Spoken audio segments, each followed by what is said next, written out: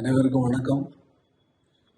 நேற்றைய தினம் தமிழக அரசு நடத்திய பாராட்டு விழாவில் எனக்கு ஓவர்வெல்மிங்னால பேச்சு வரல. ஜாயினால் சரியாக பேச முடியல. உள்ளத்தில் நினைப்பதெல்லாம் வெளியிலே வார்த்தையாக வருவது என்பது அந்தந்த நேரத்தை பொறுத்தும் சூழ்நிலையை பொறுத்தும் அமைகின்றதுதான் ஒவ்வொரு நேரத்திலும்.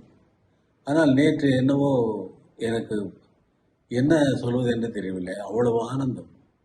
ஒரு பாராட்டு விழாவை இவ்வளவு சிறப்பாக ஒரு முதல்வர், ஒரு அரசு எந்த முனைப்பெடுத்து எல்லோரும் அரசு சார்ந்த எல்லா அமைச்சர்களும் எல்லா சீஃப் செக்ரட்டரியிலேருந்து அவ்வளவு பேரும் இன்வால்வ் ஆகிட்டு அதை கொண்டு செலுத்தினது ரொம்ப என்னால் நம்ப முடியாத ஒரு சூழ்நிலையின் காரணமாக தான் எனக்கு ஓவர்வெல்மிங்கில் சரியான பேச்சு வரல.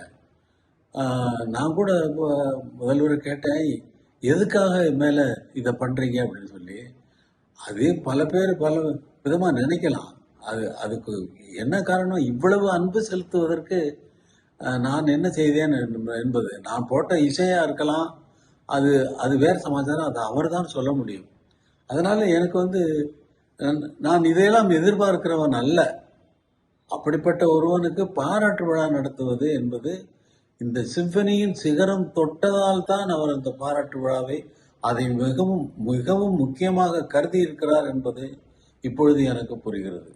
ஒரு உலக சாதனை படைத்த ஒரு தமிழனை பாராட்டுவது என்பது தமிழக அரசின் கடமை என்று அவர் கருதி இருக்கிறார் என்றுதான் நான் நினைக்கிறேன். முதல்வர் அவர்கள் என்னிடம் சில வேண்டுகோளை வைத்தார். அதை சங்க தமிழ் பாடல்களை அவர் வரிசையாக சொன்ன அந்த நூல்கள் எனக்கு கூட தெரியாது. 18 17 நூல்கள் அத்தனையையும் அவர் மனப்பாடமாக இல்லை, இயல்பாக அவர் சொன்னது எனக்கு மிகவும் வியப்பை அளித்தது. அதற்கு நான் இசையமைக்க வேண்டும் என்று அவர் சொன்னது, உங்களை தவிர வேறு யாரும் அதை செய்ய முடியாது என்று நான் நம்புகிறேன் என்று அவர் சொன்னது எனக்கு மேலும் மேலும் ஊக்கத்தை அளிக்கிறது. அதை நான் கண்டிப்பாக அவர் வேண்டுகோளை நான் நிறைவேற்றுவேன் என்று இங்கே சொல்லிக் கொடுக்கிறேன். மற்றபடி விழாவில் எந்த ஒரு குறையும் இல்லை.